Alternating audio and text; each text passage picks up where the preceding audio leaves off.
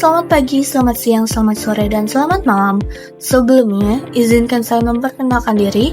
Nama saya Graciela Tesalnika Semajuntak dengan NIM 2502729 dari Prodi Sistem Telekomunikasi Angkatan 2025 dan dari kelas 2A. Pada kesempatan kali ini, saya akan mempresentasikan tugas akhir mata kuliah aljabar linear berupa review artikel yang berjudul Tensor Decomposition for Signal Processing and Machine Learning. Artikel ini diterbitkan pada jurnal IEA Transactions on Signal Processing yang terindeks Scopus Q1. Melalui presentasi ini, saya akan membahas latar belakang masalah, metode yang digunakan, hasil penelitian, kesimpulan, serta keterkaitannya dengan materi aljabar linear.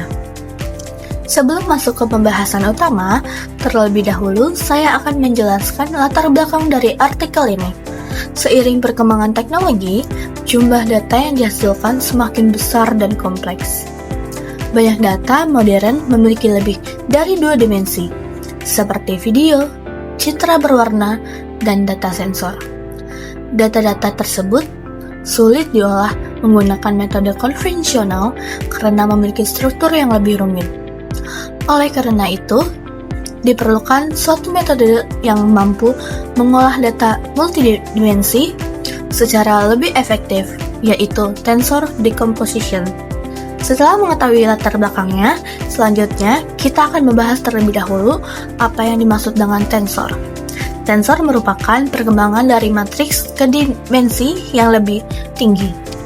Jika skalar hanya terdiri dari satu nilai, dan vektor terdiri dari satu dimensi, maka matriks memiliki 2 dimensi, yaitu baris dan kolom. Tensor dapat memiliki 3 dimensi atau lebih. Sebagai contoh, gambar berwarna memiliki dimensi panjang, lebar, dan warna, sedangkan video memiliki dimensi tambahan berupa waktu. Setelah memahami pengertian tensor, berikutnya kita masuk ke konsep tensor decomposition. Tensor decomposition merupakan proses menguraikan tensor yang kompleks menjadi beberapa komponen yang lebih sederhana, dan konsep ini mirip dengan faktorisasi matriks pada aljabar linear. Dengan melakukan dekomposisi, data yang semula besar dan rumit dapat dipresentasikan dalam bentuk yang lebih sederhana sehingga lebih mudah dianalisis. Selanjutnya, saya akan menjelaskan metode yang digunakan dalam artikel ini. Metode utama yang digunakan adalah CP decomposition atau canonical polyadic decomposition.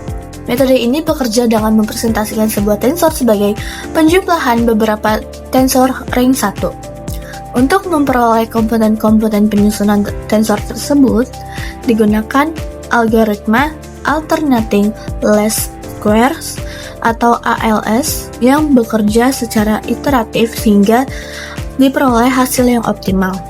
Setelah mengetahui metode yang digunakan, berikutnya kita akan melihat hubungan artikel ini dengan materi aljabar linear. Artikel ini memiliki keterkaitan yang sangat erat dengan beberapa materi aljabar linear, yaitu matriks, vektor, ruang vektor, ray matriks, transformasi linear, eigenvalue, dan eigenvector, serta singular value, decomposition atau SPD. Konsep-konsep tersebut menjadi dasar dalam proses representasi, analisis, dan dekomposisi data yang dibahas dalam artikel ini. Berikutnya, kita masuk ke hasil penelitian. Berdasarkan hasil diperoleh, tensor decomposition mampu menyederhanakan data berdimensi tinggi menjadi representasi yang lebih ringkas. Metode ini dapat mengurangi kompleksitas data, meningkatkan efisiensi komputasi, serta membantu mempertahankan informasi penting yang terdapat pada data asli. Selain itu, tensor decomposition juga memiliki berbagai penerapan dalam kehidupan nyata. Beberapa contohnya adalah pada sistem pengenalan wajah, analisis citra medis seperti MRI dan CT scan, sistem rekomendasi, serta pengolahan sinyal audio dan komunikasi.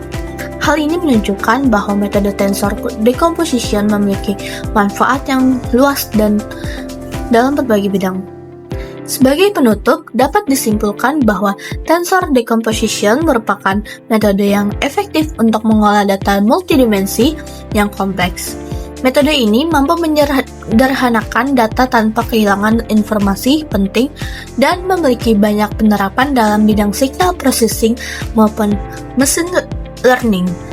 Selain itu, artikel ini juga menunjukkan bagaimana konsep-konsep aljabar linear dapat diterapkan untuk menyelesaikan berbagai permasalahan nyata di era teknologi modern.